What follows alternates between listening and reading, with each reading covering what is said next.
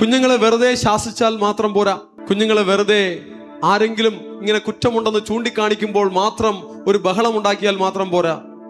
Systematic ആയിട്ട്, പ്രോപ്പറായിട്ട് അവന് കൊടുക്കേണ്ടുന്ന ട്രെയിനിങ് കൊടുക്കുകയാണെങ്കിൽ നിശ്ചയമായും അവൻ മാറി വരും. ദൈവത്തിന്റെ തിരുവെഴുത്ത് അത് തന്നെയാണ് പറയുന്നത്.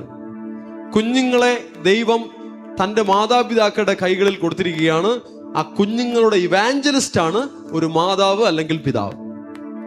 ഒരു മാതാവും പിതാവും ആരുടെ ഇവാഞ്ചലിസ്റ്റ് ആണ്? അവരുടെ മക്കളുടെ ഇവാഞ്ചലിസ്റ്റ് ആണ്. ആ കുഞ്ഞിനെ ക്രിസ്തുവിലേക്ക് നയിക്കുവാൻ, ആ കുഞ്ഞിനെ ഭക്തിയിലേക്ക് നയിക്കുവാൻ, ആ കുഞ്ഞിനെ ദൈവഭയത്തിലേക്ക് നയിക്കുവാൻ, ആ കുഞ്ഞിനെ ദൈവവചനത്തിന്റെ വെളിച്ചത്തിൽ നടത്തുവാനുള്ള ഒരു ഇവാഞ്ചലിസ്റ്റ് ആണ് ഓരോ മാതാവും ഓരോ പിതാവും. മാതാവേ, പിതാവേ, നീ കുഞ്ഞിനെ ദൈവഭക്തിയിലും ദൈവസ്നേഹത്തിലും ദൈവ കൃപയിലും വളർത്തുവാൻ നിന്റെ മനസ്സ് ജാഗരിക്കുന്നുണ്ടോ? ഇല്ലെങ്കിൽ നിന്റെ മനസ്സ് അങ്ങനെ ജാഗരിക്കട്ടെ. തലമുറകൾ വഴിതെറ്റി ലോകത്തിൽ വീണു പോകുവാൻ പാടില്ല. ലോകമോഹങ്ങൾക്ക് അടിമപ്പെട്ട് അവർ നശിച്ചു പോകുവാൻ പാടില്ല. അവർ ദൈവത്തിന്റെ വഴിയിൽ നിന്നും ലോകത്തിന്റെ വഴിയിലേക്ക് പോകുന്നതിന് മാതാപിതാക്കൾക്ക് വലിയ പങ്കുണ്ട്. വിശ്വാസികളായ മാതാപിതാക്കളെ കുറിച്ചാണ് പറയുന്നത്. വിശ്വാസികളായ മാതാപിതാക്കൾക്ക് വലിയ പങ്കുണ്ട്.